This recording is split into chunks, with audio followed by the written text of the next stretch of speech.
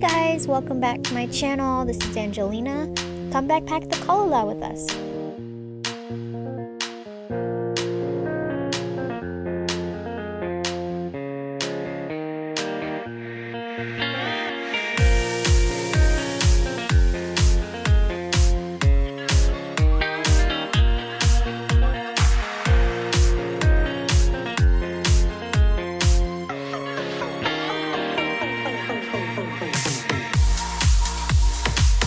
To kick things off, Hannah, Colin, Neil, and I take the first flight out from Honolulu to Lihue bright and early before the sun comes up. From there, Kevin, our driver, who I'd found online and been in contact with, picks us up and drops us off at the trailhead. Kevin was awesome because he had propane for my jet boil for purchase, as well as hiking poles for rent, which we could not take on our carry-on bags. So let me know in the comments below if you want his contact and I'll get you connected. And then we were off on our first leg of the journey. The first couple of miles were part of the day-use trails, so we encountered a handful of day hikers along the way. Despite the rainy, cloudy weather, the warmth and humidity hit us real quick after our first uphill stretch, but there were plenty of viewpoints to catch our breath along the way. It wasn't long until we faced our first river crossings. They were especially abundant and flowing because of the rains. These crossings are where our hiking poles came in the most handy.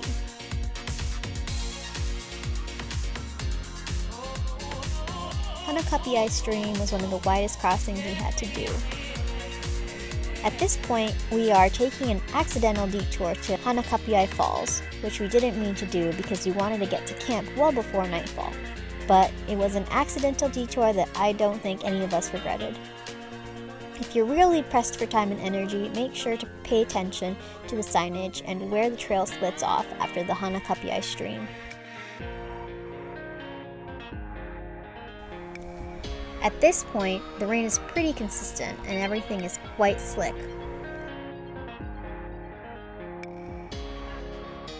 This is when we know for sure that we were not on the main trail toward our campsite. The rest of this day was muddy with the capital M, which the poles also helped very much with, especially on the narrow parts of the trail, where you definitely don't want to slip.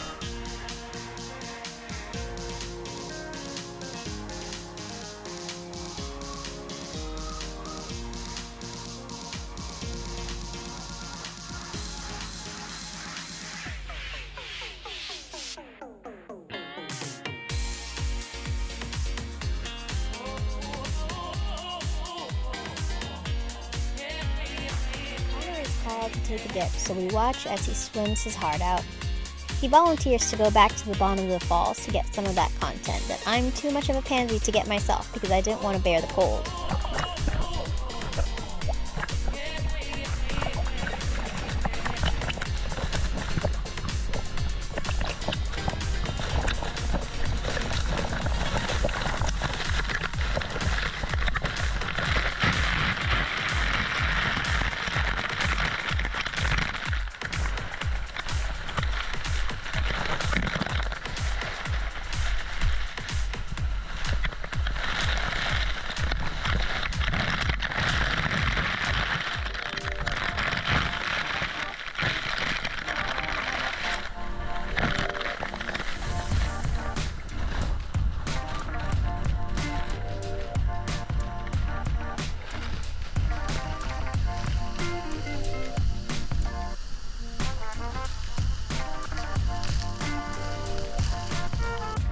Waterfall detour done, and now we're on the way back to the main trail.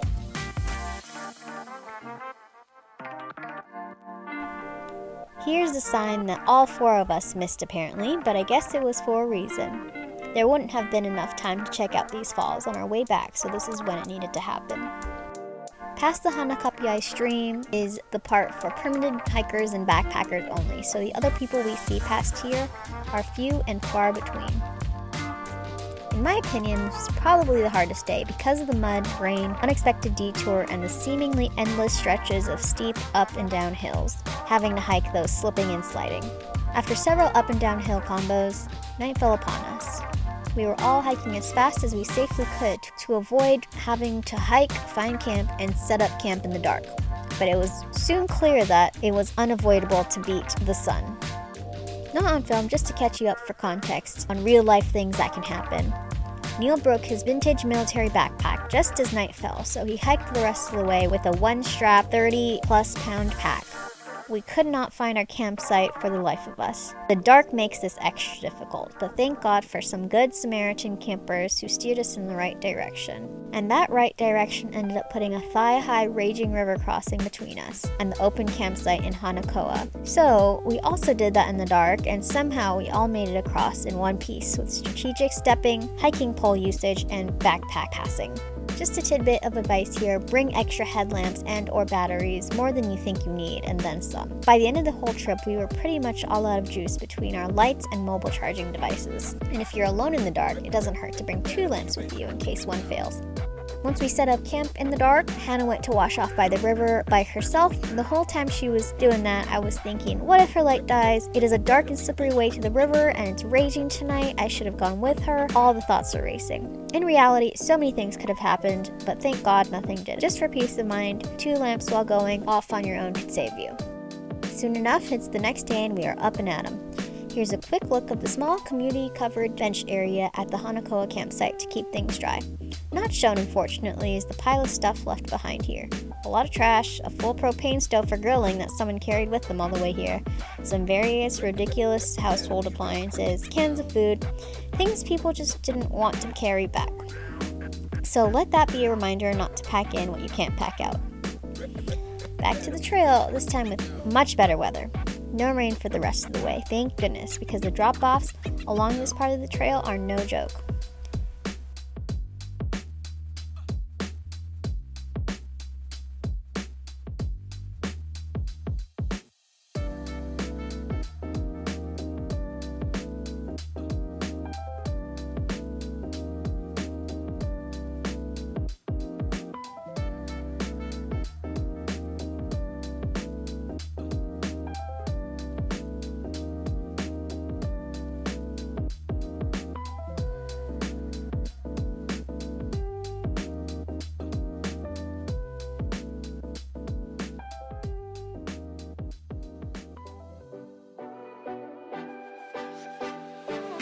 Speaking of drop-offs, here we are at the infamous Crawler's Ledge.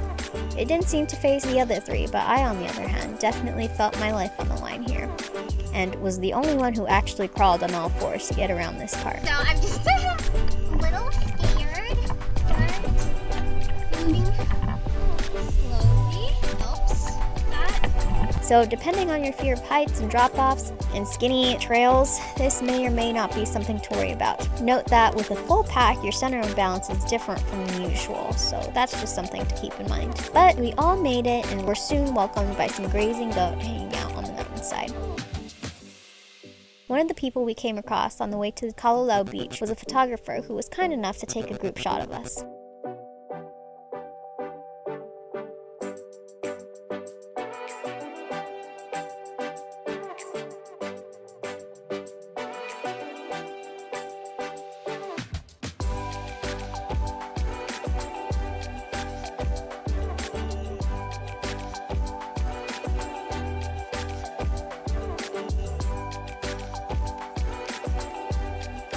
Once we got closer to Kalalau Valley, the more guava started popping up along the trail.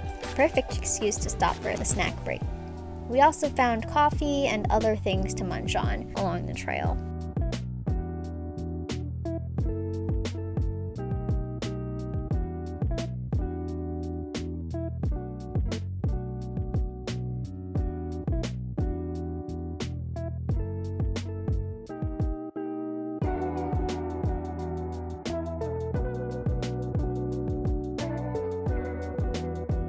Almost there. This is the start of a side trail we're taking tomorrow into the valley. And we made it! Here's our little oceanfront camp setup. First things first, we hang up everything that got wet from yesterday to dry. Finally, a proper shower and a chance to filter some water before taking in the sunset views. A well-deserved break from the hustle of the last 2 days and a campfire to end the night. Day 3 is our chill day. We don't need to pack up camp or hike with our heavy packs, since we're staying here another night. Today, we were curious what we'd find down the Kalalau Valley Trail.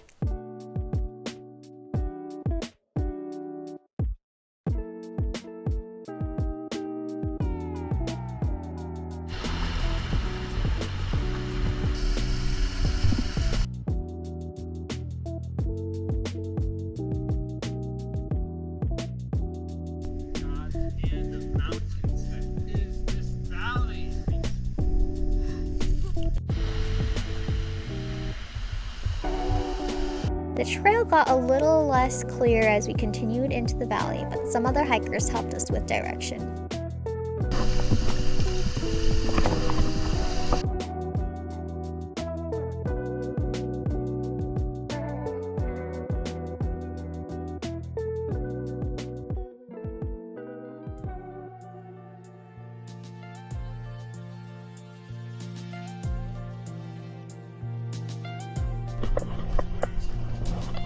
We had to climb through a dense tangle of tree limbs.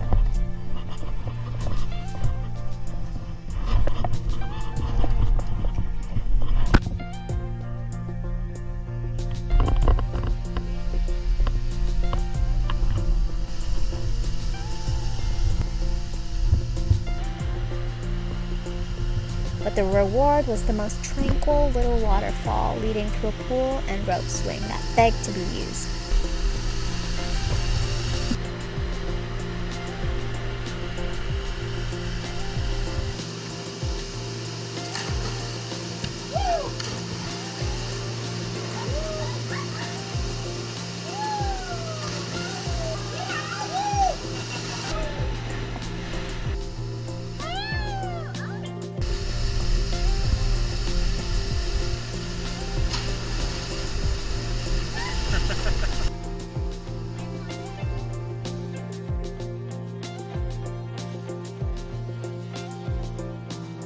Back to camp we go.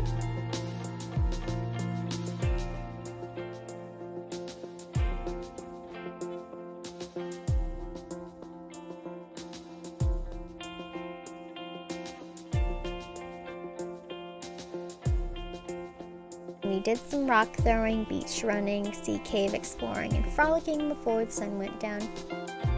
Before we knew it, it was the next morning and we needed to get moving before the sun came up to make it back to the trailhead in time to get picked up for our flight back to Honolulu that evening. It worked out great because we were able to take in the soft sunrise colors and beat the heat for a lot of the exposed parts of the hike.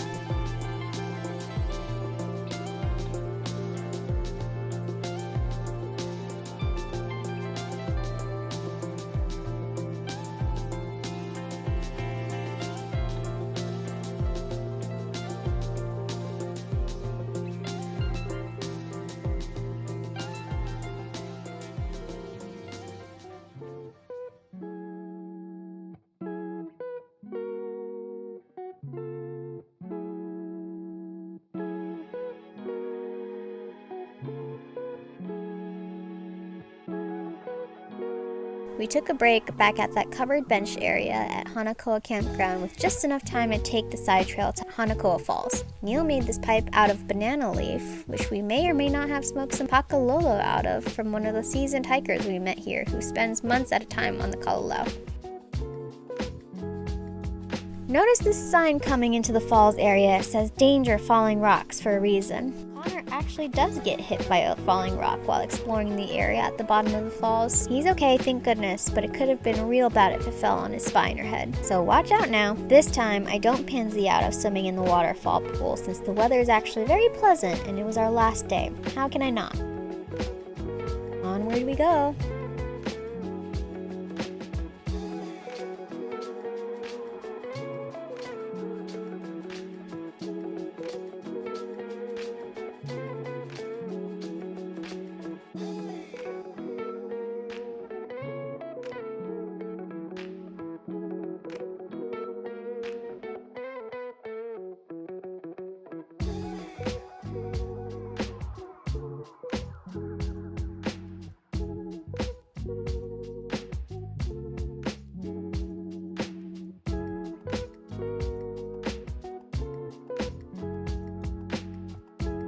We are back here at Hanakapiai taking our last break before the home stretch.